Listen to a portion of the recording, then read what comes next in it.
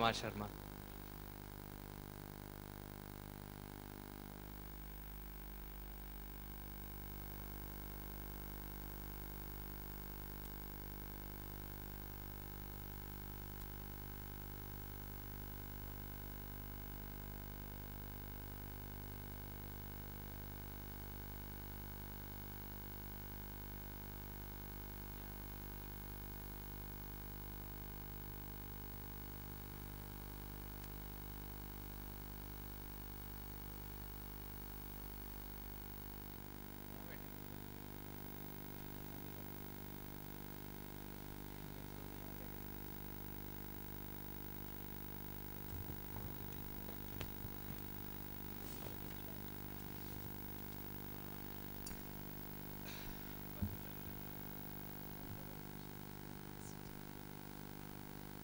दोस्तों और छोटे मोटे मेरे प्यारे साथियों, आज ये टॉपिक दिया गया और मुझे इन लोगों के साथ बिठाया गया तो मुझे लगा मुझ जैसी बूढ़ी बाल सफ़ेद हो गए, इनसे क्या बात करेगी ये नए जनरेशन के बच्चे आपकी तरह। पर कोई बात नहीं, क्योंकि पिछले दिनों भ्रष्टाचार बहुत न्यूज़ में रहा है। अन्ना हजारे का मूवमेंट, अरविंद केजरीवाल जी आ गए और चारों तरफ मीडिया में हल्ला मचा हुआ था कि भ्रष्टाचार से ये हो रहा है, वो हो रहा है, ये विकास नहीं, वो विकास नहीं। तो हमने सोचा कि क्या भाषा भी भ्रष्टाचार करती है और वो किस किस तरह का होता है। भाषा जो अक्सर ताकतवर की संगिनी बनती है और उस भाषा के जरिए ही तमाम कमज़ोर तबके के लोग, चाहे वो दलित हों, स्त्रियां हों, उनके साथ क्या क्या अत्याचार, उनका कैसे एक्सप्लॉयटेशन और किस तरह उन्हें निचला दर्जा दिया जाता है। तो उसके लिए आज हम बात करेंगे। हमारे साथ हैं अनामिका।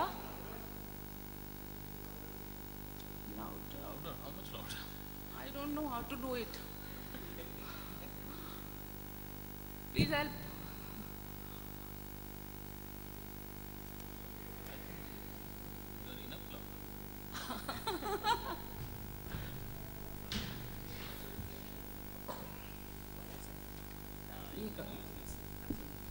ये तो बहुत प्रॉब्लम है, हाथ नहीं पकड़े। तो दोस्तों आज हमारे साथ हैं अनामिका। मेरे ख्याल में अब मेरी आवाज़ बहुत तेज़ हो रही होगी। अनामिका हैं, अनामिका दिल्ली यूनिवर्सिटी में पढ़ाती हैं, बहुत अच्छी कवयित्री हैं, उपन्यास भी लिखती हैं और स्त्रियों पर भी इन्होंने काम किया है। हमारे साथ हैं अजय नावरिया जी, जामिया मिलिया में पढ़ाते हैं, बहुत अच्छे कहानीकार माने जाते हैं और दलित विमर्श पर काफ़ी काम किया है। गौरव सोलंकी जी हैं, कहानीकार हैं, कवि हैं और फिल्में भी लिखते हैं। ठीक है ना गौरव? तो सबसे पहले अभी गैंग रेप की घटना हुई थी और बहुत सारी चीज़ें न्यूज़ में थी कि स्त्रियों के साथ क्या क्या होता है और स्त्रियों के लिए कैसी भाषा का प्रयोग होता है। ये हम सब ने सुना था। आशाराम बापू जी ने क्या कहा, किसी नेता ने क्या कहा, ममता बनर्जी के लिए क्या कहा गया। तो अनामिका, स्त्रियों के साथ भाषा क्या करती है? देखिए, स्त्री भाषा की का पहला उद्देश्य एक चटाई सी बिछाना। कैसी चटाई? जिसमें भेदभाव की संरचनाएं तोड़कर दोनों वर्ग, दोनों वर्ण, सवर्ण अवर्ण, गरीब अमीर, स्त्री पुरुष और काले गोरे सब एक चटाई पे बैठे हों। ये मूढ़ा चल सकता है, ये चटाई चल सकती है, लेकिन सारी दुनिया की कुर्सियां ध्वस्त हो जाएं। स्त्री भाषा ने, विमर्शात्मक भाषा ने यही कुर्सियां हटाई हैं और राज सिंहासन तोड़े हैं। और उसका ये सपना है कि जैसे एक तालाब में पैर डुबा के दो लोग साथ साथ बैठे हों, सामने सूर्यास्त हो रहा हो या सूर्योदय हो रहा हो, तो उनके बीच आंतरिकता का जो प्रकाश फैल जाता है और मौन मधु हो जाने की जो स्थिति घिर आती है, आदर्श तो वही है। लेकिन जब ये मौन मधु हो जाने की स्थिति नहीं होगी, तब तक जब तक भेदभाव की संरचनाएं बनी रहेंगी। सुन्न महल में अनहद नाचे या गावे की स्थिति जो है, वो आभ्यंतरिक मौन जो है, एक समझदार मौन, जब तक हम उस स्थिति, यूटोपिया की उस स्थिति में नहीं पहुंचते, तब तक हमें भाषा में जो भेदभाव की संरचनाएं हैं उसे इस तरह प्रतिबिंबित करना पड़ेगा कि personal, political, cosmic, common place, sacred, profane, ये जो कैटेगरीज हैं, ये जो ध्रुवांत हैं, इनके बीच की दूरियां मिट जाएं। और जैसे दो सहेलियां मिलती हैं तो मिलके झप्पी लगा लेती हैं, उसी तरह पर्सनल पॉलिटिकल भी मिलके झप्पी लगा लें। और इससे, ये झप्पी से, ये दौड़ के गले मिलने से जो त्वरा उत्पन्न होगी, जो बिजली आएगी, वो हमारी सबसे बड़ी भाषा की ताकत होगी। यही भेदभाव की संरचनाएं तोड़ेगी।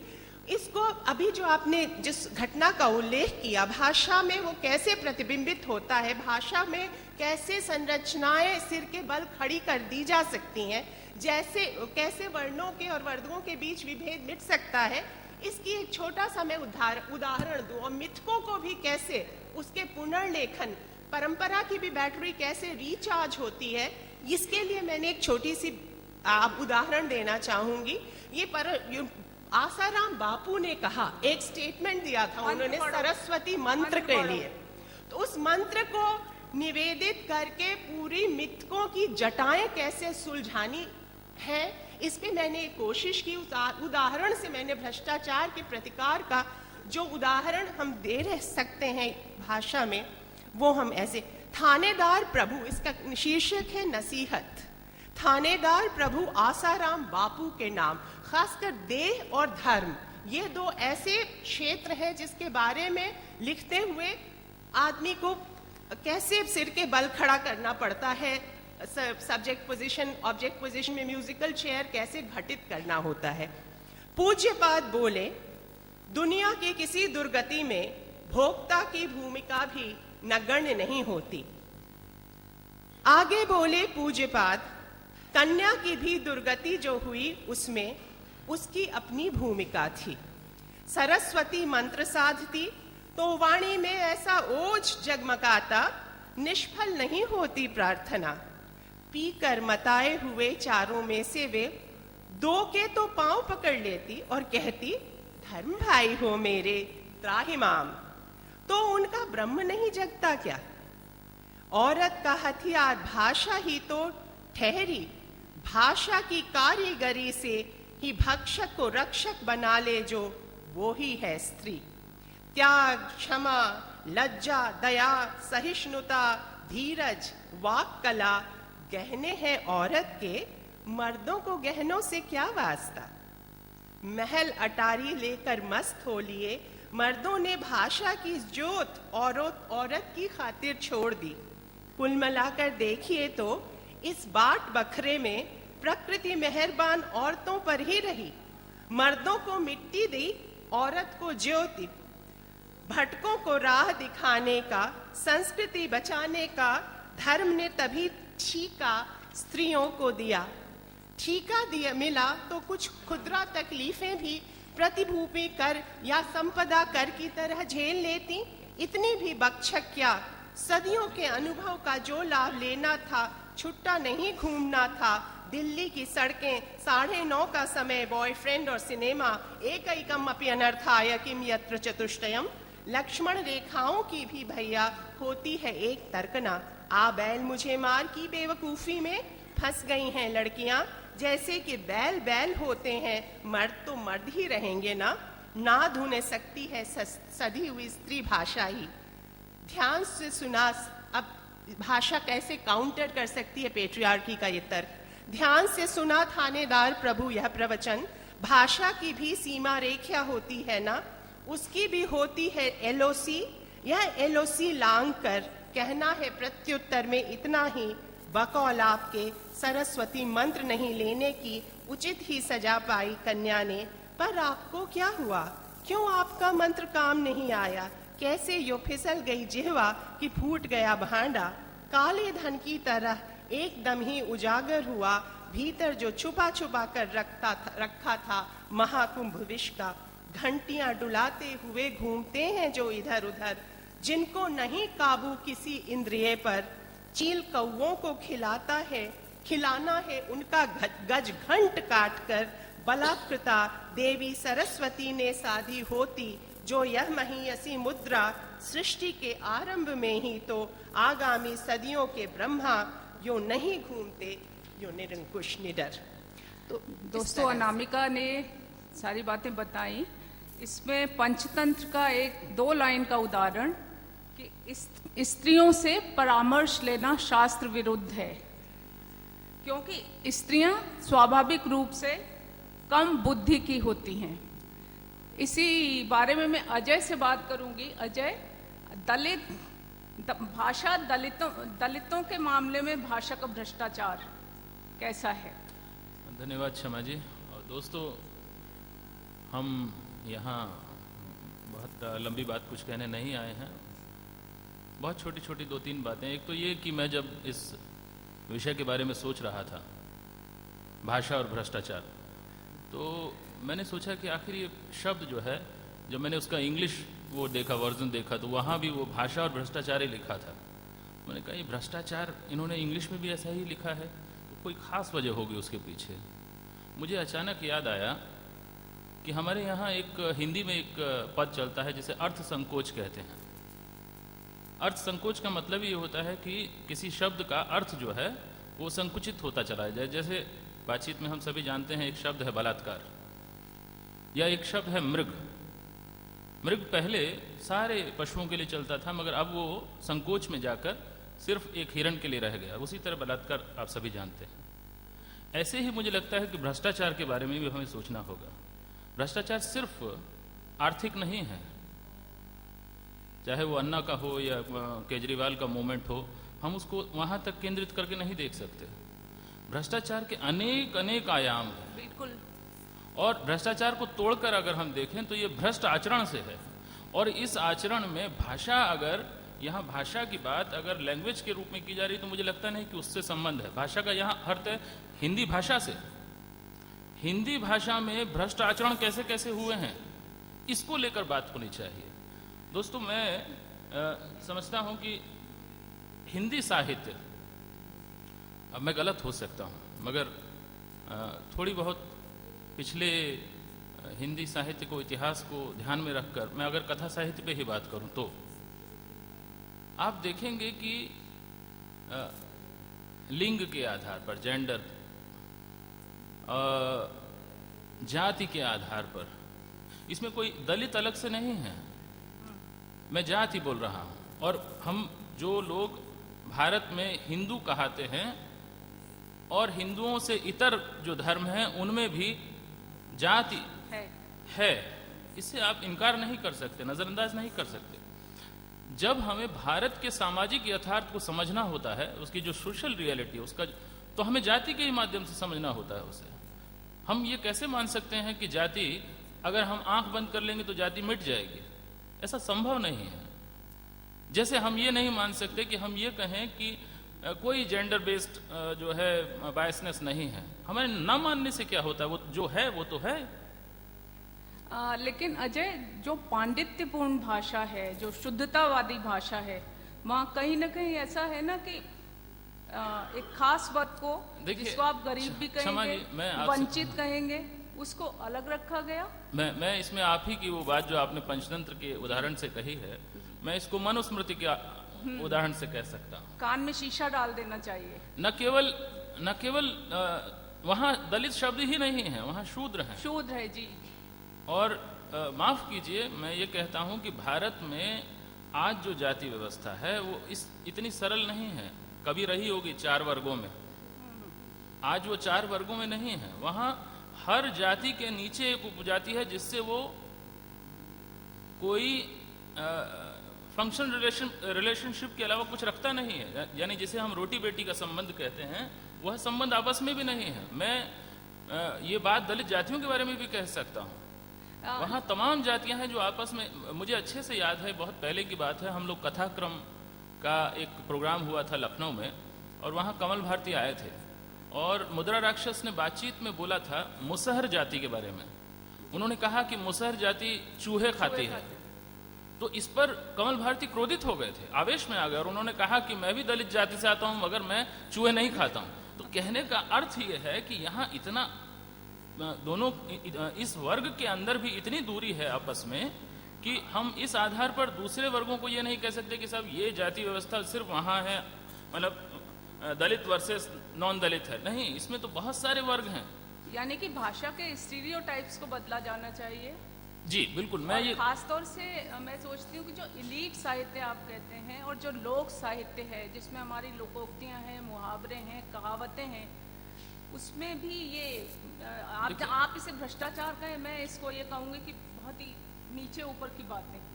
इसमें एक चीज़ मुझे लगता है कि हिंदी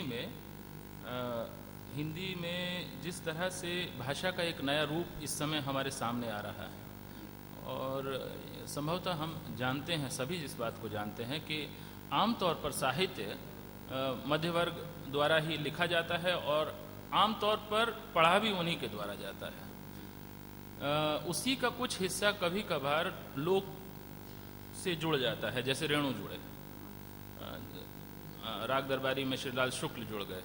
वो एक फ्लेवर के रूप में तो आता है, मगर एक बड़ा बहुत वृहद समाज उससे कटा हुआ रह जाता है, वो समुदाय उसके साथ जुड़ता ही नहीं है। तो भाषा मूल रूप से वो धीरे धीरे वो मध्यवर्गीय भाषा हो जाती है, चाहे वो दलितों की हो, पिछड़ों की हो, स्त्रियों की हो, वो एक मानक है। लेकिन मध्य वर्ग एक हाइफन का काम भी कर सकता है। मध्य वर्ग वही काम कर सकता है जो कस्बे करते हैं, वो शहर और महानगर को जोड़ सकता है। उसी तरह मध्य वर्ग भी एक हाइफन का काम कर सकता है और लौकिक और शास्त्रीय के बीच जो पदानुक्रम तोड़ने की बात है प्रतिबिंबित करता, कि भाषा एक दरका हुआ आईना ही तो है। ईसा मसीह तो ये कह के सूली पे चढ़ गए कि सलीब पे चढ़ गए कि हे ईश्वर इन्हें माफ करना, ये नहीं जानते कि ये क्या कर रहे हैं। तब जाके भाषा उठी, विमर्श उठे और उन्होंने कहा कि अगर ये नहीं जानते कि ये क्या कर रहे हैं तो इन्हें जानना चाहिए।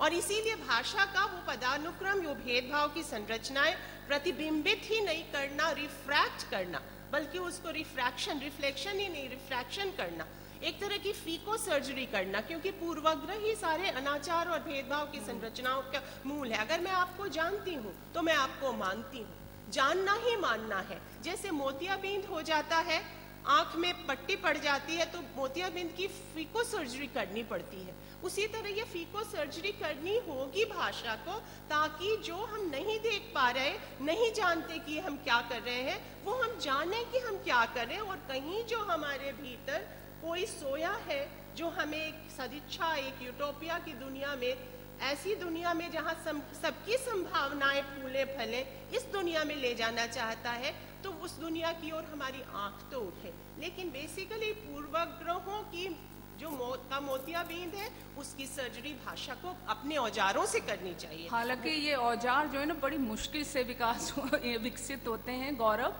आप हम सब में सबसे युवा हैं और आपने ये भाषा और भ्रष्टाचार, अभी आप जो बात कर रहे थे कि आपकी दो पुस्तकों, एक पुस्तक को पुरस्कार मिला और दूसरी पुस्तक को इसलिए छापने से मना कर दिया गया कि अश्लीलता है उसमें।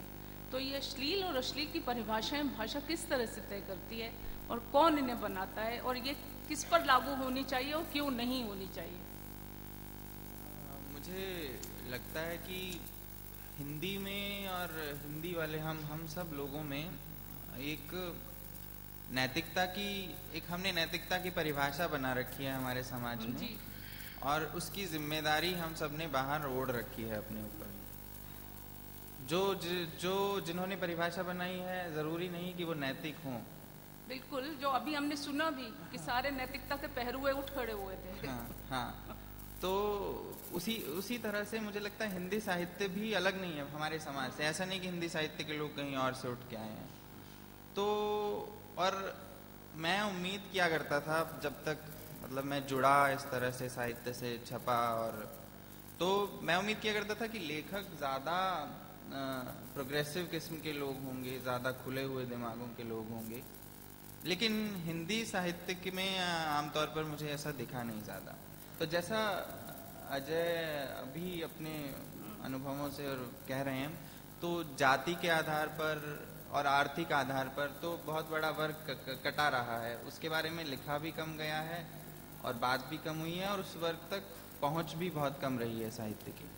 एक और आधार मुझे लगता है, पिछले मतलब जब मैं बड़ा हो रहा था तो मुझे लगता है कस्बे भी, मैं राजस्थान के एक कस्बे में पला बड़ा, तो जिस मध्यम वर्ग की जो हम बात कर रहे हैं कि मध्यम वर्ग ने ही साहित्य रचा और वो पढ़ा, लेकिन मुझे लगता है कि हमारे कस्बों का मध्यम वर्ग भी कम से कम हिंदी साहित्य से दूर है, या हर तरह के साहित्य से दूर है।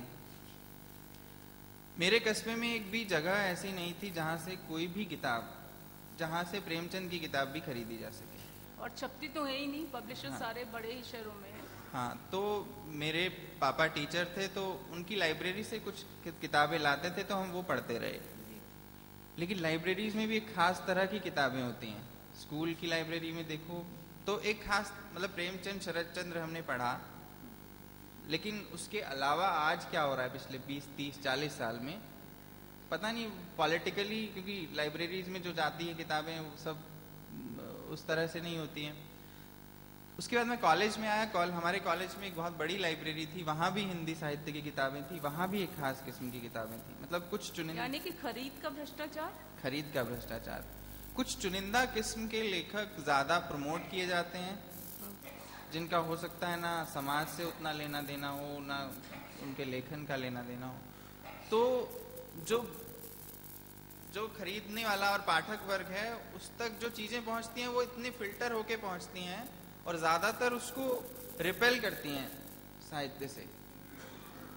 तो मेरे ख्याल से हिंदी साहित्य जो कम पॉपुलर होता गया है जनता में, उसकी एक बड़ी वजह यह है कि प्रकाशक ज्यादा इच्छुक नहीं है आम आदमी तक पहुंचाने के लिए किताबों को। मुझे किसी ने थोक बताया, खरीद में दे देते हैं, थोक खरीद में गौरव, मुझे लेकिन एक बात लेकिन- और मैं जानना चाहूंगी जो आपकी बात से, आप लॉरेंस को अगर अश्लील नहीं उस समय कहते थे, अभी नहीं कहते, कालिदास में इतने ज्यादा देह को लेके वर्णन है, उनको अश्लील नहीं कहते, तो क्या कारण है कि देह और धर्म से जुड़ी जहां भी डिटेलिंग होती है उसको अश्लील कहते हैं? अश्लील की परिभाषा वल्गर की ये है कि जो अपनी जगह से गिर गया हो वो अश्लील है। तो और खासतौर से आप- औरतों से आपके जुड़ी लिए हुई चूक- चीजें, औरत से औरतों से जुड़ा। जुड़ी हुई चीज औरत- अश्लील की हाँ, परिभाषा में ज्यादा आती है। मुझे एक और चीज बहुत दिलचस्प लगती है कि अगर आप सेक्स का वर्णन करते हैं, औरत की देह का वर्णन करते हैं, तो अक्सर औरत को उस पर आपत्ति नहीं होती है। साहित्य में ऐसा बहुत कम हुआ है कि औरत ने कहा हो कि अश्लील है। हमेशा पुरुष कह रहे होते हैं कि आप अश्लील लिख रहे हैं। जैसे मुझे कहा गया, मुझे किसी पाठिका ने, किसी लेखिका ने अभी तक नहीं कहा कि तुमने कुछ।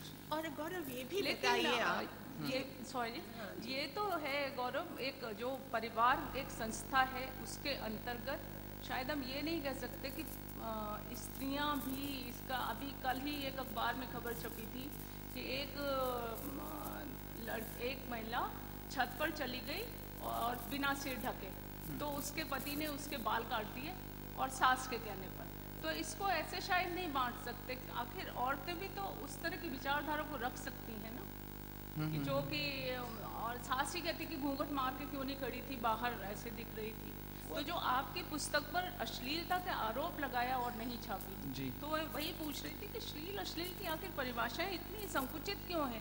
सिर्फ औरत को देखते ही आपको याद कैसे आ जाता है? नहीं, मैं समझता हूँ इसमें, मैं एक जगह आपको माफ कीजिए, ये जो स्त्री से ही संबंध नहीं है अश्लीलता का भारत में, जाति से भी संबंध है। बिल्कुल जी जी जब बिल्कुल, जब जाति से जब दलित जातियों के वर्ग से कुछ लेखक आए तो उनके लेखन पर भी अश्लीलता का आरोप आरोप लगा। लगा, हाँ। और वो कोई स्त्री वहाँ नहीं थी उस समय।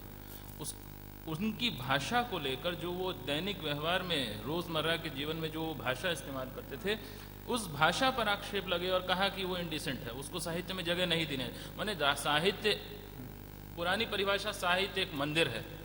अब मंदिर है तो चप्पल उतार के भी बाहर छोड़ना होगा, उसमें उस तरह नहीं घुस वो सकते। तो ऐसा रहा कि आपने टेप रिकॉर्डर उन्हीं का चला दिया और लगा कि आप टेप रिकॉर्डर अश्लील है। अगर शायद अश्लील वो होता है जो दूसरे को नीचा दिखाता है। शरीर, औरत का शरीर एक दुखता हुआ घाव है, उसके सारे शोषणों की, स्त्री संबंधी अपराधों की आधार भूमि तो गौरव आप जानते हैं स्त्री का शरीर है। मारपीट हो, बलात्कार हो, यौन शोषण हो, पोर्नोग्राफी हो, साफ सुथरे प्रसव की जगह की कमी हो, कुछ भी हो, गालियां हो, ट्रैफिकिंग हो, सबकी प्राइम साइट औरत का शरीर है, उसका दुखता हुआ और घाव स्कर्ट की ऊंचाई हो। तो उसका तो वर्णन अगर आप कर रहे हैं तो दुखते हुए घाव को अगर की सर्जरी कर रहे हैं तो अश्लील वो है नहीं। लेकिन अगर किसी को औकात उसकी बताने के लिए कि तुम देह में ही कीली, तो देह तो एक तरह का आनंद का झरना भी हो सकता है। लेकिन पहले हमारे पुरुष इस लायक हो तो जाएं कि हम उनसे प्रेम कर पाएं। अगर जबरदस्ती, अगर ऐसा कोई है ही नहीं कि प्यार, अगर कोई हमेशा गाली दे रहा है, मारपीट कर रहा है, तो हम कैसे, किस दिल से प्यार करें उसे? और शरीर का झगड़ा लेकिन कब? जो आप अश्लील जो पूछ रही थी ना, आपकी अश्लील क्यों कहा जाता है आपके किसी क्योंकि किताब आप पर में विवाद क्यों उठा है, कहा? आप बताइए। की? मेरी और किताब उसमें कौन सा भ्रष्टाचार शामिल था?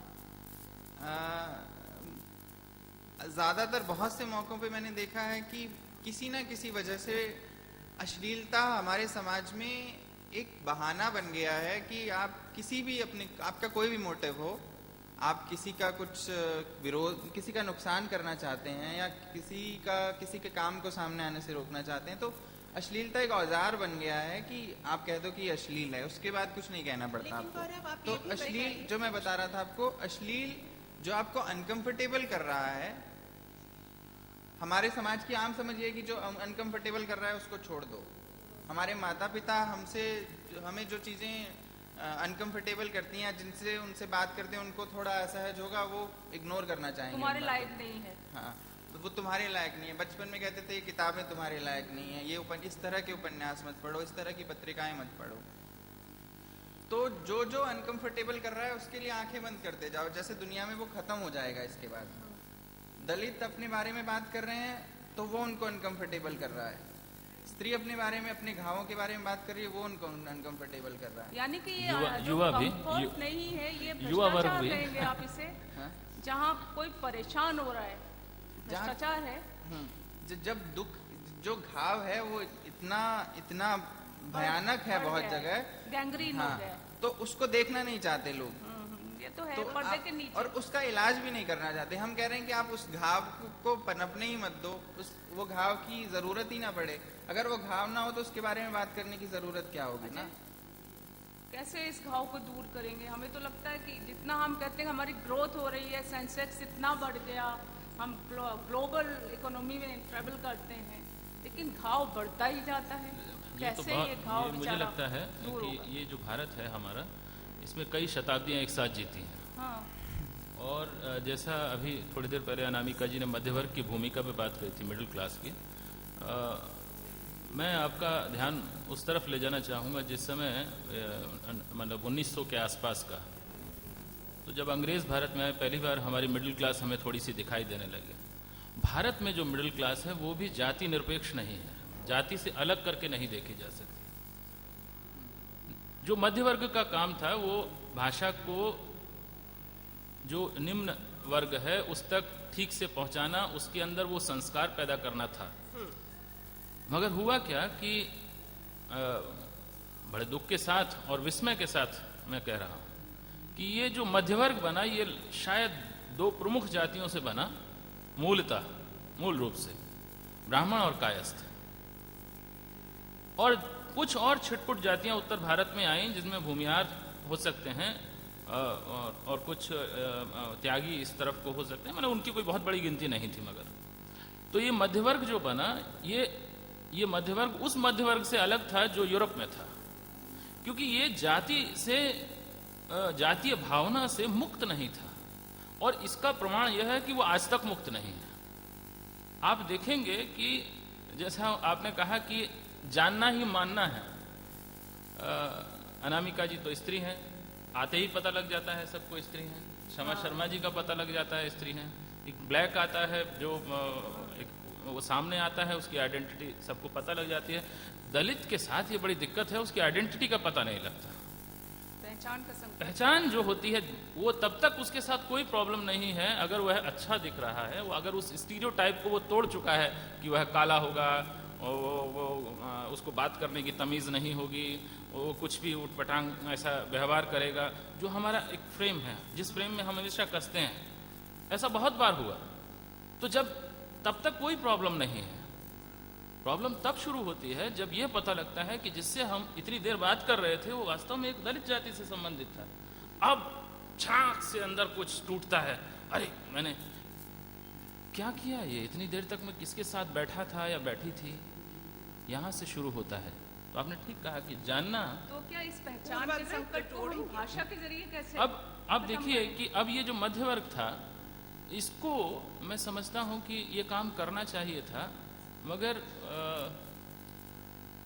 किन्हीं भी कारणों से, अब वो उनकी कारणों की पड़ताल सोशियोलॉजी में हो, मैं उसका क्या कर सकता हूँ, मगर जो आपने कहा कि इसको कैसे हम वो कर सकते हैं, तो आप देखिए कि 1970 तक भी हमारे देश में कुछ ऐसा कोई बहुत बड़ा बदलाव नहीं था। मैं 1990 को 1990 को बहुत महत्वपूर्ण मानता हूँ, जहाँ से पिछले 20-22 साल के अंदर तेजी से परिवर्तन हुआ और तमाम आइडेंटिटी डिस्कोर्स शुरू हो गए। इसका कारण क्या? टेक्नोलॉजी? इसकी हाँ जी बिल्कुल जी, जो इसके पीछे बड़ा कारण है वह है शिक्षा और दूसरा है टेक्नोलॉजी। जिस तरह से ग्लोबल मार्केट आई तो अगर दलितों से हाँ कि देखो नहीं आप देखिए ना कि मध्यवर्ग कितनी तेजी से फैला है उसके बाद पिछले 22 सालों में। शहरीकरण से भी दलितों को फायदा हुआ। हाँ मैं उसी बात पर हाँ बिल्कुल मैं इसी बात पर आ रहा था कि आप देखिए कि जब जब ऐसी स्थितियां आई हैं, जब अंग्रेज आए, जब मुगल आए, जब उससे पहले सल्तनत काल था, ये जो ट्रांजिशनल पीरियड होता है इसमें निम्न जातियों को, जिन्हें हम निम्न जाति कहते हैं, चाहे वो मैं इसमें सिर्फ दलित जातियों को नहीं कह रहा हूँ, इसमें तमाम निम्न जातियों को, पिछड़ी जातियाँ, तमाम जातियाँ, उनको बहुत लाभ मिलता है, वो तेजी से आगे बढ़ते हैं। आप देखिए कि 1990 के बाद जो मैं दिल्ली में पला बड़ा हूँ और मैं दिल्ली में जानता हूँ, मैं जब स्टूडेंट्स को पढ़ा रहा था अभी कुछ ही दिन पहले, तो मैंने उनसे पूछा कि आप में से कौन कौन शैम्पू, जो सबसे महंगा शैम्पू उसका नाम मुझे बता सकते हैं। ये जामिया मिलिया इस्लामिया यूनिवर्सिटी के स्टूडेंट बोल रहे हैं कि तमाम लड़कियों ने बोला कि वो लॉरियल। अच्छा, मैंने पूछा कितना महंगा आता है ये, तो उन्होंने कहा कि 5 रुपए का भी आ जाता है। एक शशे जो है 5 रुपए का आ जाता है। तो मैंने कहा कि इसका मतलब जो कंज्यूमर गुड्स हैं वो उनकी रीच में आ गई। आखिर मिडिल क्लास बनती किन चीजों से है? शिक्षा से, प्रिय शक्ति से, टेक्नोलॉजी जिसने उसको बढ़ाया है। तो ये सारी जो अभी गौरव बोल रहे थे बहुत अच्छा कि आपने कहा कि ये सारी जो चीज़ें हैं जो आपके अश्लील और श्लील, मैं कहता हूँ कि ये मोरालिटी का जो एक वो है प्रॉब्लम है, ये नैतिक भ्रष्टाचार है। वो वजह क्या है कि जो आपका मध्य वर्ग है वही मध्य वर्ग लक्ष्मण गायकवाड़ का नहीं है। जिस मान्यताओं को, नैतिक मान्यताओं को आप स्वीकार करते हैं उसको लक्ष्मण गायकवाड़ या दया पवार या ओम प्रकाश वाल्मीकि का समाज नहीं मानता है। आप कहते हैं कि हमारे यहाँ एक पत्नी के अलावा अगर दूसरी पत्नी रख ली तो आपका कोर्ट में झगड़ा हो जाएगा, आपको पेंशन रुक जाएगा, ये प्रॉब्लम, मगर दूसरे धर्म का कोई व्यक्ति कर सकता है उस काम को। मॉरलिटी चेंज हो गई है। यानी कि हम ये कहें कि स्त्रियां, खास तौर से जो अजय ने कहा कि 90 के बाद इस देश ने एक उभार देखा और दलितों का साथ, जो भी वंचित तबके, दलित नहीं कहूंगी, हाँ, वंचित तबके, उनके साथ ही जो है वो टेक्नोलॉजी बनी। तो क्या 90 के बाद हम ये मान सकते हैं ना कि जो अब तक जो भाषा के मानक थे या साहित्य के मानक थे, जिसको हम भ्रष्टाचार के उसमें भी रख रहे हैं, उनको जो लोग तय कर रहे थे अब तय नहीं कर रहे हैं। स्त्रियां और वंचित तबके अपनी भाषा के नए मानक बना रहे हैं। मुख्य धारा टूट गई है। मुख्य धारा टूट गई है। मुझे लगता है कि एक परिभाषा तो उभयनिष्ठ है कि किसी का अपमान न करो। अपमान की राजनीति, एक तो आप कहेंगे भूख और अपमान नहीं, ये दुनिया के महादुख हैं, और किसी को और ये तो किसी को तंग, एक ही नैतिकता का मानदंड है कि किसी को तंग न करो, किसी को नीचा न दिखाओ। ये तो दुनिया बदल जाए, ये पैमाना नहीं बदल। नहीं, अगर आप सच बोल रहे हैं, हो सकता है अगर आप किसी के बारे में कोई सच बोल रहे हैं, तो किसी शोषक के बारे में अगर आप कोई सच बोल रहे हैं तो वो उसे अपमानजनक लग सकता है। तो ये कौन तय करेगा कि अपमान हुआ है या नहीं हुआ है? ये बात भी है। वो बात दूसरी है। आप किसी को आईना दिखा रहे हैं, मान लीजिए किसी ने या टेप रिकॉर्डर, किसी का, आपको किसी ने गालियां दी, और साहित्य क्या करता है, टेप रिकॉर्डर जैसे गालियां आती भी हैं जो साहित्य में, दलित साहित्य में, वो टेप रिकॉर्डर चलाने जैसा ही, आपको अपनी ही गालियों का टेप चल गया तो आपको बौखलाहट सी हो गई। या अगर कोई किसी पे कोड़ा उठा के चला रहा है और आपने तस्वीर खींच ली, तस्वीर, आखिर कैमरा भी तो है साहित्य, एक टेप रिकॉर्डर भी तो है साहित्य, भाषा वो भी तो काम करती है रिकॉर्ड करने का। रिकॉर्ड कर रही हो तो आपको अपने से ही घबराहट हो गई। वो भी विकास की एक अवस्था ही है कि आपने विचलित तो किया किसी को, आपको अगर स्टेटस को तोड़ना है, यथास्थिति तोड़नी है, तो आपने किसी को विचलित किया तो भी आपने एक मुकाम पाया। आपने हमको ही अपना आईना दिखा दिया कि हम किसी गलत समय में हमने कुछ कहा, हमने कुछ किया, तो हम विचलित अगर हो गए तो आप सफल हैं। भाषा ने अगर वो प्रतिबिंबन का काम किया मुझे लगता है कि तो आप सफल हैं। पिछले कुछ सालों में इंटरनेट के आने से भी एक्सप्रेशन बहुत आज़ाद हुआ है, क्योंकि पहले बहुत मुझे लगता है एक ब्यूरोक्रेटिक किस्म का माहौल है जो हिंदी की मुख्य धारा का प्रकाशक है चाहे संपादक है, फ्यूडल। हाँ, कि गुरु की आवश्यकता आप- खत्म। आपने कहानी लिखी, आप उनको भेजेंगे, आप फोन करेंगे 6 महीने 8 महीने 1 साल 1.5 साल 2 साल, फिर वो बताएंगे कि नहीं आपकी कहानी में प्रॉब्लम है, या नहीं बताएंगे ज़्यादातर केसेस में। किताब लेके आप किसी प्रकाशक के पास जाएंगे तो मेरे ख्याल से लगभग किसी बड़े प्रकाशक के यहाँ ऐसा सिस्टम नहीं है कि कोई नया लेखक, मान लो किसी ने राग दरबारी लिख दिया, किसी ने गोदान लिख दिया, उससे भी बड़ा लिख दे कोई, वो लेके जाए तो कोई आदमी उसको ये पूछने वाला नहीं कि तुम भाई किताब रख जाओ, हम पढ़ के तुम्हें रिएक्ट करेंगे कि ये हमारे लायक है या नहीं है। वो लोग बोलते हैं कि मतलब पूरा सिस्टम ये है कि आप मैगजीन्स में छपेंगे, आपके कॉन्टैक्ट्स बनेंगे, संपादक आपको जानेंगे, फिर आपका छपना आसान हो जाएगा। ये बात तो छपने तक ही है। फिर जो लाइब्रेरीज की खरीद की हम बात कर रहे थे, वहाँ कौन सी किताबें कितनी जाती हैं, और लाइब्रेरीज की खरीद से प्रकाशक की कमाई होती है, एक साथ किसी की 1000 कॉपी जा रही हैं तो वो एक एक कॉपी बेचने की कोशिश नहीं करेगा, तो वो किसी कस्बे में किसी शहर, छोटे शहर में बैठे एक पाठक के लिए किताब बेचने के लिए उसको बहुत एफर्ट करना पड़ता है। शायद एक बात ये भी कि कल तक जो इंटरनेट, जो आप बात करें कि इंटरनेट ने बहुत कुछ तोड़ा है, लोगों तक पहुंच गया, कम्युनिकेशन बढ़ गया, तो ये भी है कि गुरु की जरूरत, गूगल गुरु आजकल सबसे महत्वपूर्ण है कि वहाँ आप कुछ भी कर सकते हैं। और ऐसा गुरु ठीक है जो उदार हो। पुराने गुरु सब जो है जो है खत्म ये बात दुखी करते मानना- थे। ये बात अंगूठा काट माननी लिया। होगी हाँ, क्षमा दी और सारे- कि भाषा ज्यादा अनौपचारिक हुई है, इसीलिए उसने पदानुक्रम तोड़ दिए हैं। शास्त्रीय लौकिक के पदानुक्रम तोड़ दिए, हिंदी अंग्रेजी के बीच खिचड़ी भाषा जो है वो गरीब आदमी का सबसे पौष्टिक भोजन, शुद्धता के प्रति आग्रह कम हुआ है। शुद्धतावादी आग्रह टूटे और सबके लिए इससे बराबर अनौपचारिक हुई बराबर एक प्लेटफॉर्म मिला है, कोई मीडिएटर बीच में नहीं है आपको पहुंचाने के लिए। ब्लॉग की भाषा हाँ, पर भी अलग से तो बात। कोई भी लिखता है, अगर उसको लोग पढ़ रहे हैं तो पढ़ रहे हैं, उसको किसी और की जरूरत नहीं, किसी के रिकमेंडेशन की जरूरत नहीं है, किसी प्रकाशक या संपादक की जरूरत नहीं है। तो इससे भी बहुत से जो सीनियर राइटर्स हैं हमारे यहाँ के, वो बहुत अनकंफर्टेबल हो रहे हैं, क्योंकि वो टेक्नोलॉजी से भी उतने जुड़े नहीं हैं, और जब सत्ताएं टूटती हैं तो उनका बहुत वो डिस्टर्ब बुरा कर भी रहा है। लगता लेकिन है ना, गौरव, उनको किसी तो को बेचैन करना भाषा का उद्देश्य है। अगर आपने किसी को बेचैन कर दिया तो ये आप सफल हैं उस और तरह से। हिंदी साहित्य में अगर किसी को बेचैन किया तो वो टारगेट हो जाता है। और ये भी तो है कि कल तक जो महान लोग थे, आज वो भी सवालों से परे नहीं है। प्रेमचंद पर भी सवाल उठाए जा रहे हैं। जो भी बड़े बड़े लेखक जो एक तरफ बहुत महान था, वो टूट रही है महानता की, वो पेड़ियां जिसको कहते हैं हम, जो पेड़ियां होती मैं हैं देखता हूँ महानता कई की। शमा जी, मैं एक अनुभव आपसे शेयर करना चाहता हूँ। अनामिका जी तो उसमें थी, इसलिए मैं उनको याद आ जाएगा। जो आपने कहा कि विचलित करना, विचलित भी नहीं किया था मैंने सिर्फ इतना किया था, हंस की एक वार्षिक संगोष्ठी में जब मुझे उसको कंडक्ट करने का मौका मिला तो मैंने सबसे पहले जाकर नमस्कार किया, उसके साथ ही मैंने आदाब कहा, उसके बाद तीसरा जो शब्द मैंने कहा जय भीम। यहाँ तक सब ठीक था जब तक मैं आदाब बोला था, सारी बात बिगड़ी जय भीम बोलने के बाद। मुझे बाद में इतने लोगों ने कहा कि आपको ये रेडिकल बोलने की जरूरत क्या थी, इतना रेडिकल हुए क्यों आप? तो मैंने तो विचलित करने की कोशिश भी नहीं की थी, मगर फिर भी विचलित हो गए। क्यों? क्योंकि वो उसके पीछे की पॉलिटिक्स को समझने की कोशिश कर रहे थे कि कहीं ना कहीं ये बात बढ़ेगी और फिर दूर तलक जाएगी। मैं कहता हूं कि साहित्य का काम, जैसे बहुत सारे देशों में ऐसा भी हुआ कि साहित्यकारों ने देश के संविधान में सुधार किए हैं। हिंदी का साहित्य अभी तक संविधान तक नहीं पहुंचा है, मनुष्य की गरिमा तक वो बचाने की कोशिश नहीं करता। मैं कहता हूं, माफ कीजिएगा अगर आप लोगों को ये बात बुरी लगे, क्योंकि मैं प्रेमचंद पर 2 बात कहूंगा, और मैं ये इस इजाजत के साथ आपसे कहना चाहता हूं कि हम जिसको भी आइकन बनाते हैं, मूर्तियां बनाते हैं, हम बनाएं, बेशक बनाएं, मगर हम यह ना मान लें कि वो ईश्वर है, उनके अंदर भी कुछ कमियां हैं। बिल्कुल।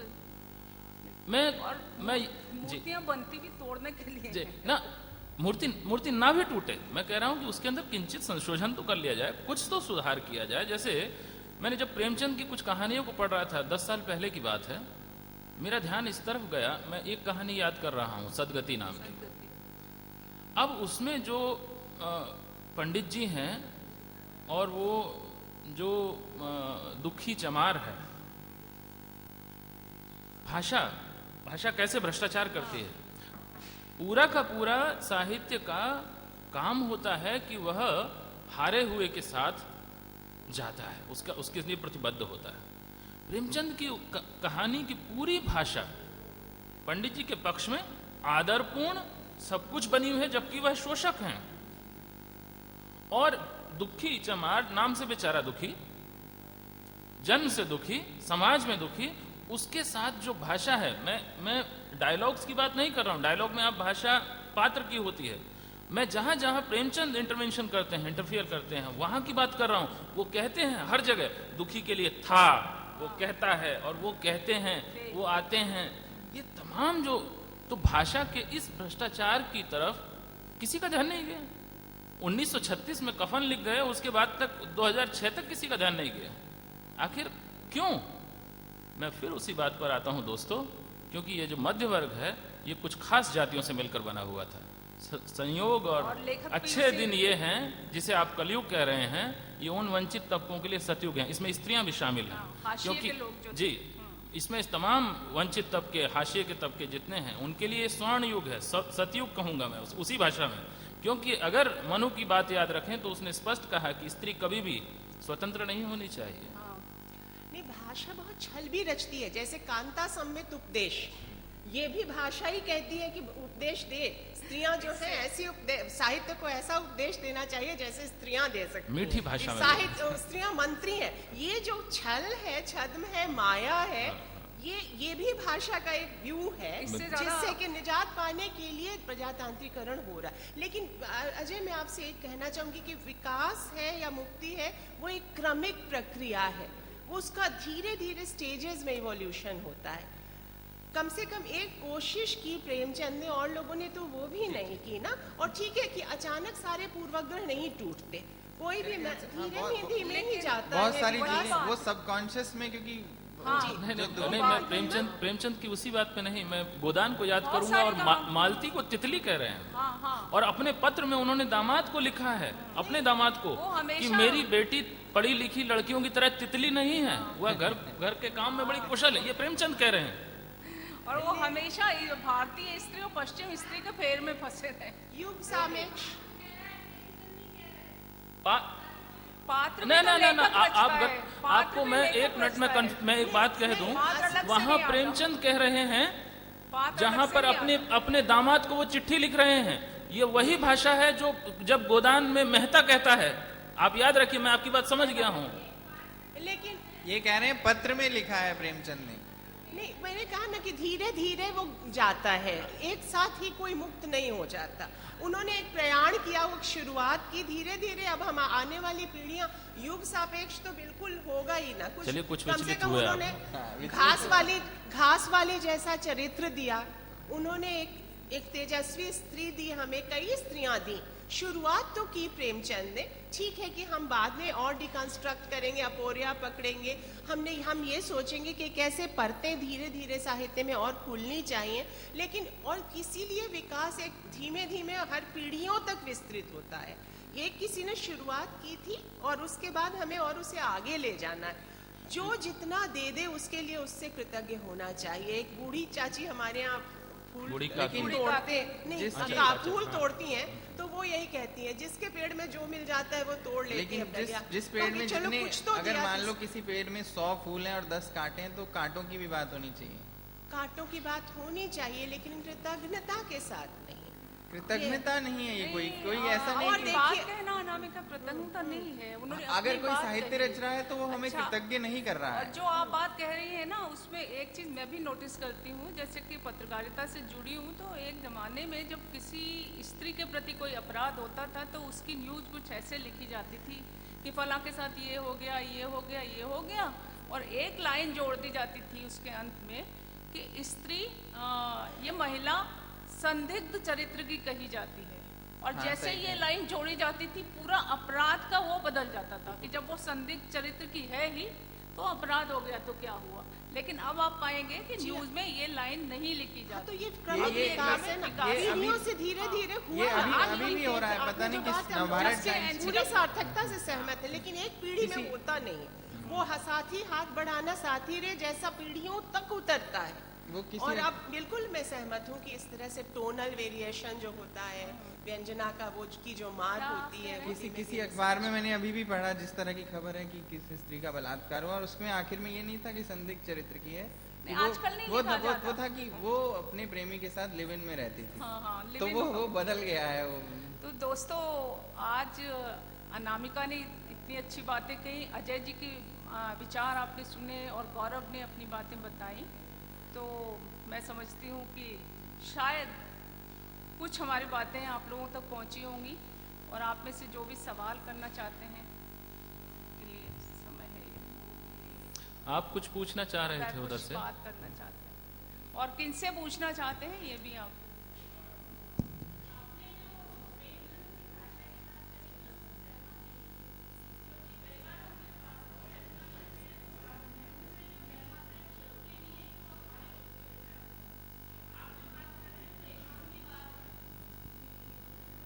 मुझे लगता नहीं है कि उसमें कुछ सच्चाई है, क्योंकि आप पात्र क्रिएट करते हैं तो कहानी में एक एटमॉस्फेयर बनाना पड़ता है, और उस एटमॉस्फेयर के लिए आपको उसकी भाषा, उसके विचार या उस समय का जो माहौल होता है उसको आपको क्रिएट करना होता है।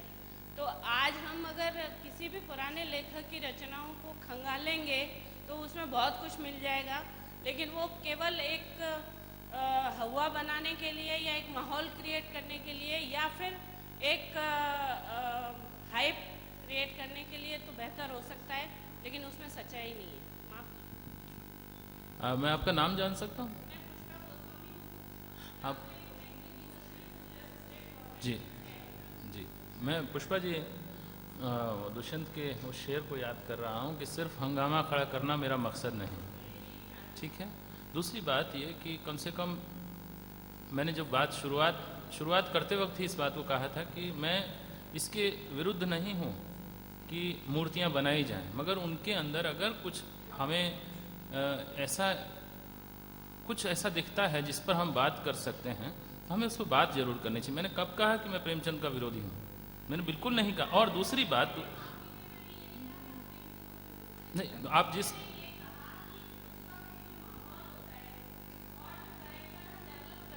उसके अकॉर्डिंग हमको अपना एक वाक्य विन्यास या एक माहौल बनाना होता है, उसमें हम उसकी छीछा लेकर हम नहीं कर सकते, उसको हम एक्सेप्ट करते हैं और उसको हम उस कहानी के क्रमिक विकास के लिए एक माध्यम मानते हैं। ठीक है, मैं आपको एक छोटी सी जानकारी तो दे दूं कि मैं भी कुछ कहना कहानियां लिखता हूँ। एक मिनट में अपनी बात पूरी कर लूं कि मेरा कहना ये नहीं प्रेमचंद विरोधी हैं या किसी भी XYZ के विरोधी हैं। मेरा कहना सिर्फ इतना सा है कि जो कहानी में हम एक माहौल क्रिएट करते हैं उसके अकॉर्डिंग उसके डायलॉग्स होते हैं, और उसमें हम कोई विचारधारा या कुछ ढूंढना चाहें तो वो गलत है। देखिए, मैंने पहले ही कहा कि ये जो डायलॉग्स हैं वो उनकी बात नहीं कर रहा हूँ। मैंने साफ कहा कि जहाँ प्रेमचंद ने खुद लिखा है, माहौल नहीं बना रहे हैं, वो टिप्पणी कर रहे हैं उसमें।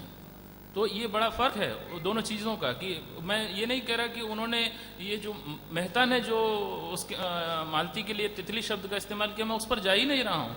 मैं तो उस पर जा रहा हूँ जो प्रेमचंद ने अपने दामाद को पत्र लिखा है जिसमें उसी शब्द का इस्तेमाल किया है, पढ़ी लिखी। अच्छा, आप पत्र को साहित्य नहीं मानती, तब तो बात ही खत्म हो।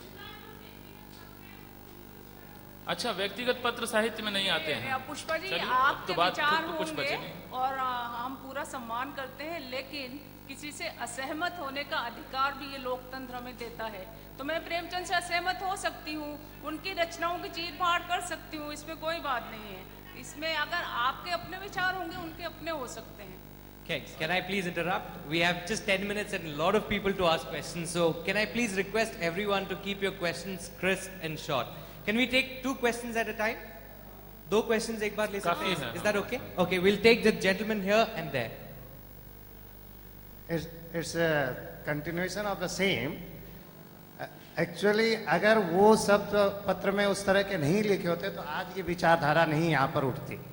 तो उस समय से जो सामयिक भाषा होनी चाहिए थी वही भाषा उन्होंने इस्तेमाल की। अगर उस तरह की भाषा अलग अलग नहीं इस्तेमाल होती तो वो सामयिक नहीं लगती और वो बड़ा अटपटा सा पूरा क्रिएशन जो है वो बड़ा अटपटा हो जाता। और आज उसी के चलते हम उसकी चर्चा कर पाते हैं और आगे बढ़ पाते हैं। जी बिल्कुल, हम उसे आगे ठीक करने की कोशिश भी करते हैं। जब हम मेरी टिप्पणी सिर्फ आपके दुखी चमार वाली सदगति वाली कहानी पर है कि आपने जो कहा कि वो दुखी चमार के लिए हमेशा उन्होंने था शब्द का प्रयोग किया और पंडित जी के लिए थे शब्द का प्रयोग किया। हमें जरा लौट जाना चाहिए थोड़ी देर के लिए 1936 के माहौल में। उस समय ना मीडिया था, न इस तरह के डिबेट और डिस्कशन होते थे, न पत्रिकाओं में इतने लिबरल विचार आते थे, न समाचार पत्र में इतने खुले विचार आते थे, न किसी तरह का इस तरह का विचार विमर्श होता था। सब कुछ, हर समाज में रहने वाला हर व्यक्ति अपनी जातिगत जेल में इस तरह कैद था कि उससे थोड़ा सा भी निकल पाना, जिस तरह से प्रेमचंद जी ने किया अपनी सब कहानियों में, और जैसे जैसे उनके विचार थे, नया विवाह और ऐसी बहुत सारी उन्होंने काफ़ी क्रांतिकारी कहानियां भी लिखी हैं, और उन्होंने दुखी चमार के बारे में सोचा। तो हमें, मेरा विचार है कि आप डेफिनेटली मूर्ति भंजक बनिए, उसमें कोई प्रॉब्लम नहीं है। और जैसे आपने कहा, कोई आइडियल मूर्ति हमें किसी की भी बनाने की ज़रूरत नहीं है, लेकिन हमें पॉलिटिकली करेक्ट होने की भी इतनी ज़रूरत नहीं है कि हम जाकर था और थे में उस भाषा में पकड़ें, जबकि पूरा उस कहानी का असर ऐसा हुआ है बिल्कुल अलग। और उस समय के जैसा माहौल था और जैसा समय था, वो उसमें से प्रेमचंद जी ने अपने उस जेल, जो जातिगत जेल जिसमें हर व्यक्ति था, उसमें से उसको तोड़कर, और जो लोग हाशिए पे हैं उनके बारे में इतना ज़्यादा लिखा। तो थे पर एक पॉलिटिकली करेक्ट आग्रह करना कितना सही है कितना गलत है, ये भी मैं आपका सम्मान करती हूँ कि आपने विचलित किया सबको इस प्रश्न। ये मुझे लगता है कि 1936 में ही नहीं था, मुझे तो अभी भी दिखती है ये सब चीज। यही भाषा अब भी दिखती है, उसी तरह जल रही है। प्रेमचंद एक बड़े लेखक हैं। मैं आपको एक छोटा सा उदाहरण इसमें देकर अपनी बात पुष्ट करना चाहूँगा। मैं आपको बहुत अच्छा एक डिश, यानी आप कोई भी जो सब्ज़ी पसंद करते हैं, मैं आपके लिए बनाता हूँ और उसमें नमक कम डाल देता हूँ और फिर आपको खिलाता हूँ। आप उसको खाते वक्त एक अच्छा सब बना है, बस इसमें नमक कम है। आपने क्यों एडजस्ट नहीं कर लिया इस बात के साथ? थोड़ा नमक ही तो कम था। आपसे कह रहे हैं कि प्रेमचंद के साथ इतना सा एडजस्ट नहीं कर सकते। हम तो पूरा एडजस्ट कर रहे हैं, सिर्फ ये बता रहे हैं कि भाषा का भ्रष्टाचार जो था वहां से शुभा भी था, जो बहुत प्रतिबद्ध थे और उनके अवचेतन से था। वो जानबूझकर नहीं कर रहे थे, मगर उनके अवचेतन में था। जैसे हम सबके अवचेतन में हमारी और सामने वाले की जाति रहती है, जानने के बाद हम उसको इग्नोर नहीं कर पाते। हम ये जानते हैं, जैसे ही मिलते हैं पहली फुर्सत में हम जानने की कोशिश करते हैं इसकी जाति क्या है। अगर नहीं करते हैं तो बहुत अच्छी बात है। बहुत सारे लोग ऐसे आ गए हैं इस समाज में जो इसको महसूस नहीं करते, मगर हम उसके बाद अपनी पूरी रणनीति, अपनी पूरी उसके साथ संगति असंगति बैठा लेते हैं, उसके ये जानने के बाद कि हमें इसको कितनी जगह देनी है और कितनी जगह के बाद इसको हटा देना है। ये सब जाति के आधार पर होगा। हमारे परिवार में विवाह और समाज में राजनीति जाति आधारित है, और आप कह रहे हैं संबंध जाति आधारित नहीं होंगे, असंभव बात है। वैसे तो मैं सवाल पूछने में ज़्यादा यकीन नहीं रखती, लेकिन फिर भी मूर्ति तोड़ना बहुत अच्छी बात है। जहाँ मूर्तियाँ बनाते हैं वहीं से रूढ़ी अंधभक्ति शुरू होती है। लेकिन जो मूर्ति तोड़ने का सवाल उठा रहे हैं या बात कह रहे हैं, क्या अपनी नई मूर्तियाँ नहीं बना रहे हैं? सवाल बस यही है कि नई मूर्ति बनाना ज़रूरी नहीं है। क्यों ज़रूरी है कि वो बना रहे हैं? चाहे वो जय भीम हो चाहे जय श्री राम हो, मेरे लिए दोनों बराबर है, कोई रेडिकल नहीं है। ये सवाल आपने किससे पूछा?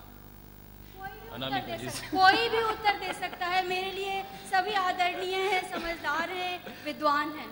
अगर मैं कहूँ तो ये कहूँगी कि सभ्यताओं के साथ उनके देवता मर जाते हैं, और वैसे तो भी 36 करोड़ देवताओं का देश। मूर्ति नहीं बन 33 करोड़ देवताओं, मूर्तियाँ नहीं बन रही है टूटने के लिए ही। आप निश्चिंत रहिए, इन्हें भी बनने दीजिए, ये भी टूट इस देश जाएंगे। में तो मार्क्स भी एक देवता है और शुरुआत हो चुकी है उनके टूटने की भी। ऐसा नहीं है कि उनको अंतिम मान लिया गया है, उनके अंदर भी जो उनकी आलोचना हो रही है उसको भी एक्सेप्ट किया जा रहा है। हम इसके लिए ओपन है।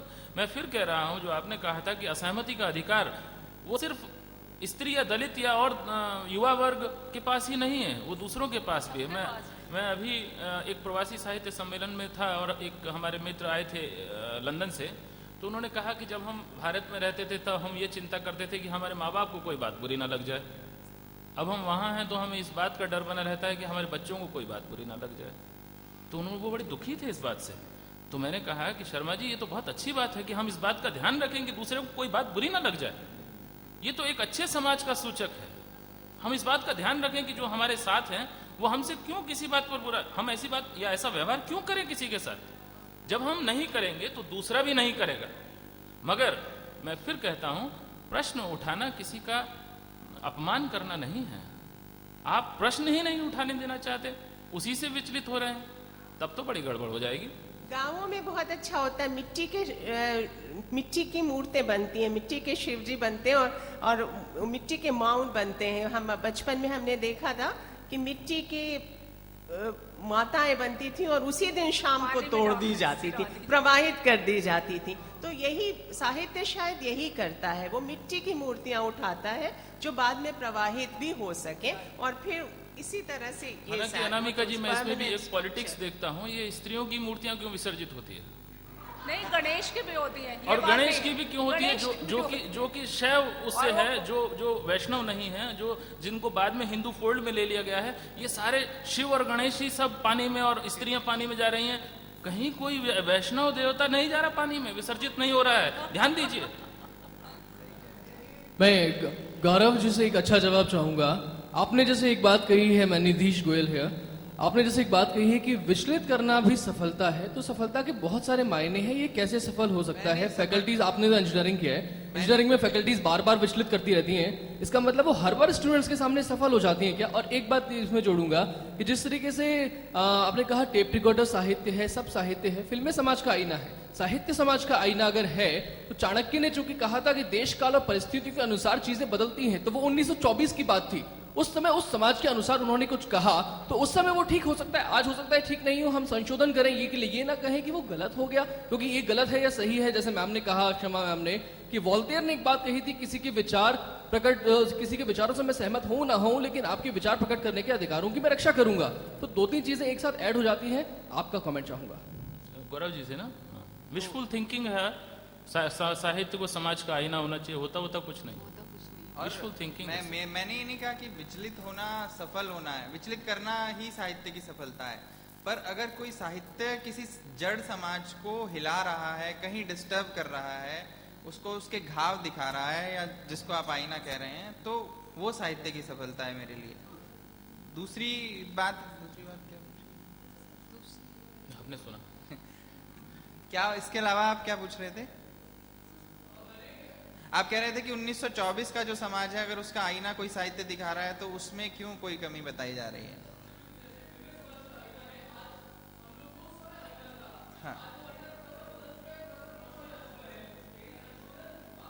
उस समय की बात थी, आज बात कुछ दूसरी हो चुकी है। तो हम अगर कमियां निकालें तो वो बात अलग है, लेकिन संशोधन करें वो बात अलग। आईना किस चीज से बना है ये भी मायने रखता है। आईना प्रतिबिंब दिखा रहा है, पर उसमें आईना क्या जोड़ रहा है, वो बात उसकी हो रही कि आईना अपनी तरफ से उसमें क्या स्टैंड ले रहा है। और आईना किसके हाथ में है, ये भी है।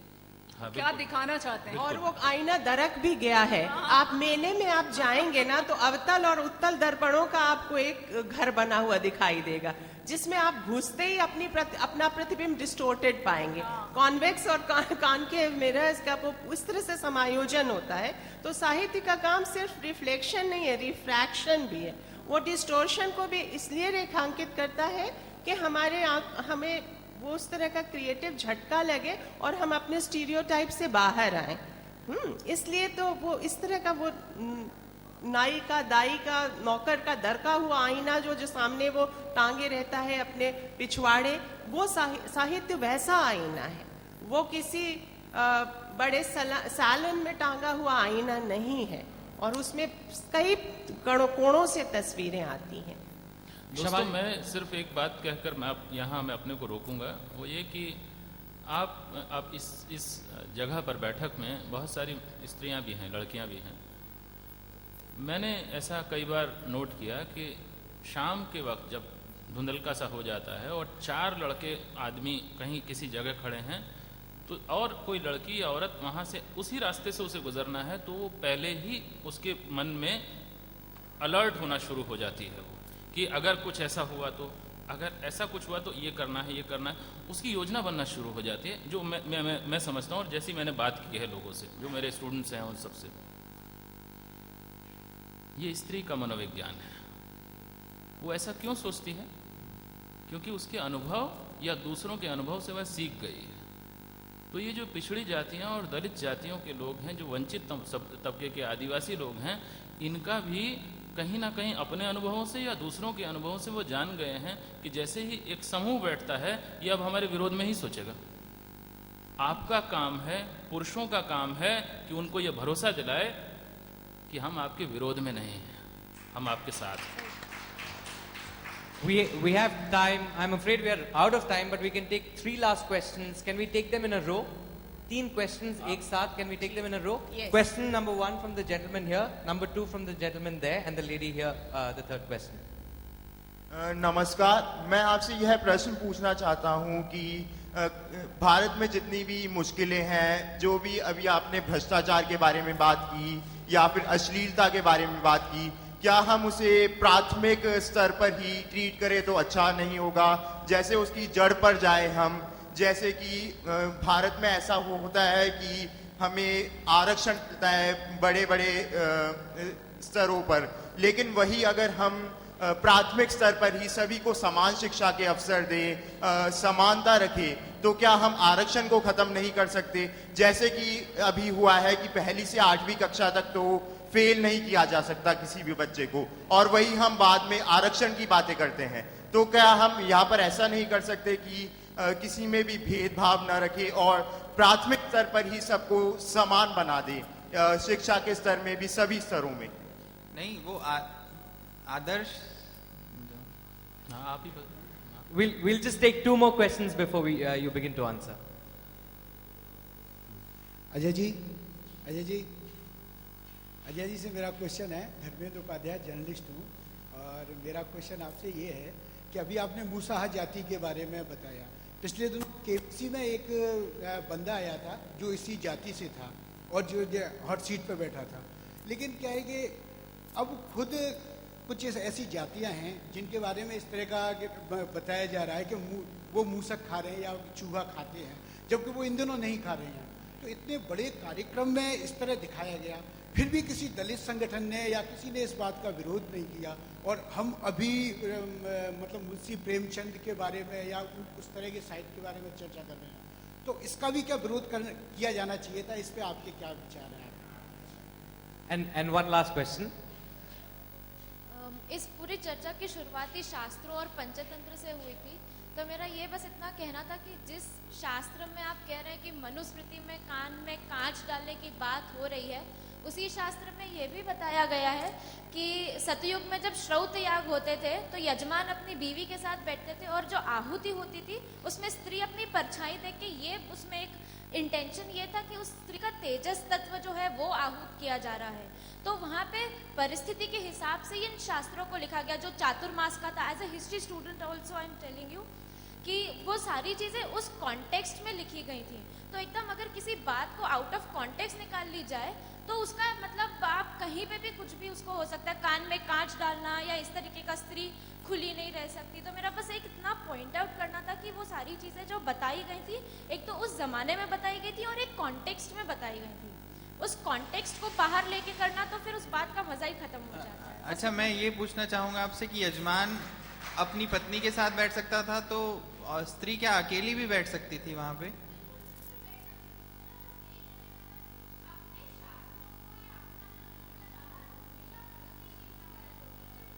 ऐसा नहीं है। देखिए इस बात पे मैं इतना कहना चाहूंगी, जो भी पुरानी सभ्यताएं हैं उसमें परतदार हैं, वो इतनी ज्यादा पैलिम्सिस्टिक इसको कहते हैं ना, परत पर परत पर परत दोनों धाराएं हैं, इसीलिए ज्यादा एम्बिग्यूटी का उससे उसमें उसी तरह के वो स्थिति अपोरिया और गांठ बन जाती है। वो दोनों तरह की बातें कही जा रही हैं और इतने लंबे समय से जो भी सभ्यताएं हैं वो सिर्फ भारत की बात नहीं है, चीन में भी यही है, इजिप्ट में भी यही है, मेसोपोटामिया में भी और ग्रीस से भी, सब जगह लौकिक साहित्य में भी और शास्त्रीय साहित्य में भी इतनी तरह की, जैसे आप काटा कुटी खेलती थी ना बचपन में, criss cross criss cross criss cross, बहुत एक तरह की बात कही जा रही है, दूसरी धारा दूसरी तरह की बात कही जा रही। तो इस सभ्यता के इस सिरे पे जो बैठे हैं उनको स्त्रियों की तरह एक बहुत बड़ी सूप और छन्नी लेके बैठना होगा। सर्वोच्छेदन तो बुरा है ही, लेकिन परंपरा की बैटरी रिचार्ज करने के पहले हमें ये देखना है कि उससे रूढ़ियां बीन फटक ली जाएं, और जो उस समय के लिए थी उसको हम माफ कर सकते हैं, लेकिन हम उसे फिर से उसको लागू नहीं कर सकते। तो इसलिए वो चलनी लेके और छन्नी लेके तो बैठने की जरूरत है, लेकिन ये नहीं कहा जा सकता कि सिर्फ यही धारा थी या वही सिर्फ वही धारा थी। लेकिन कुल मिला के जो हुआ उसमें अपमान की राजनीति का भी अपना योगदान है, और फिलहाल हम उसी की बात कर रहे हैं कि भाषा जो है वो उस अपमान की राजनीति को प्रतिबिंबित इसलिए करता है कि हम उससे ऊपर उठ सकें, हम उसके बाहर आ सकें, हम अपना चेहरा देख के शर्मिंदा हो सकें कि अगर हमसे हुआ है तो अब ये न हो, अब लो नसानी अब न नसई हो। आप ही दे दीजिए, मैंने तो दे दिया जो जवाब देना था। आरक्षण वाला सवाल आपने किया था कि क्यों न हम बिल्कुल प्राइमरी लेवल से आरक्षण करें। प्रतिज्ञाएं बहुत अच्छी हैं, लेकिन वे पूरी नहीं हो पाती ना प्रतिज्ञा। इसलिए ही तो आरक्षण भी तो समानता मूलक समाज की ही एक अवधारणा है, और अगर समाज आप बना दें, समाज इतनी नाराजगी की भी कोई बात नहीं है। जिसे कल तक कुछ नहीं मिला आज कुछ मिल रहा है, तो हमें उसके साथ थोड़ा सा क्या चीज फायदा तो हर चीज का उठाया जाता है। तो देखिए, जिनको आरक्षण नहीं था और जिन्होंने पूरे फायदे उठाए हैं, अगर उनका कुछ नुकसान हो रहा है तो और आप ये देखिए, पड़ेगा। आरक्षण नौकरियों में है, शिक्षा में है, लेकिन समाज में जो स्थिति है उसमें कोई आरक्षण नहीं है ना। तो समाज में अगर आप ब्राह्मण हैं तो आप भी एक फायदा उठा रहे हैं समाज में रहते हुए। न केवल ब्राह्मण, बल्कि किसी भी उच्च जाति से, कोई भी उच्च जाति है तो वो समाज में अपने वो फायदा उठा रही है, वो अपमान नहीं झेल रही है ना कहीं। और इस अर्थ में मैं आपसे जरूर ये कहूँगा गौरव कि आपकी बात को मैं और थोड़ा सा खोल देता हूँ। इसमें इस देश का,